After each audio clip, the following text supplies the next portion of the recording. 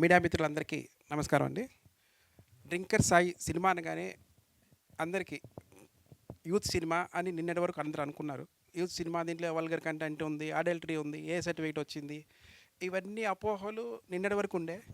నిన్న మా అమ్మ సినిమాకెళ్ళింది తను వెళ్ళారు.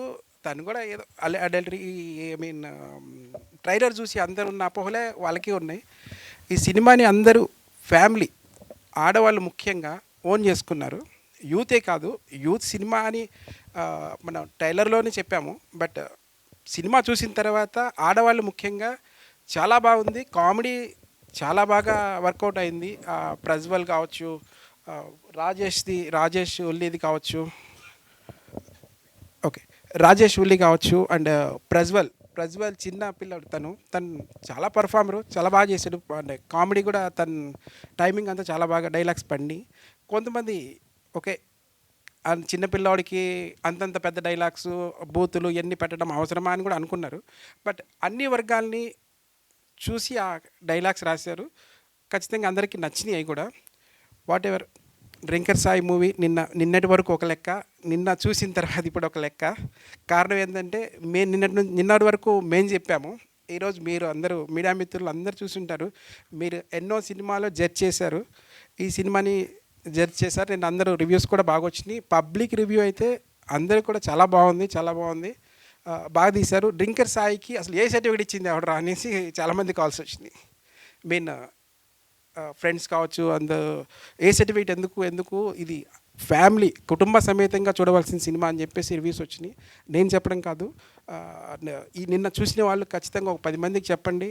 మీ ఫ్యామిలీస్ పిల్లలు అందరూ కలిసి ఈ సినిమాని చూడండి, థియేటర్లో చూడండి. థియేటర్లో మనము 'డ్రింకర్ సాయి' మూవీ ప్రతి ఒక్కరు చూడదగ్గ మూవీ అని చెప్పేసి అందరికీ చెప్పండి దయచేసి.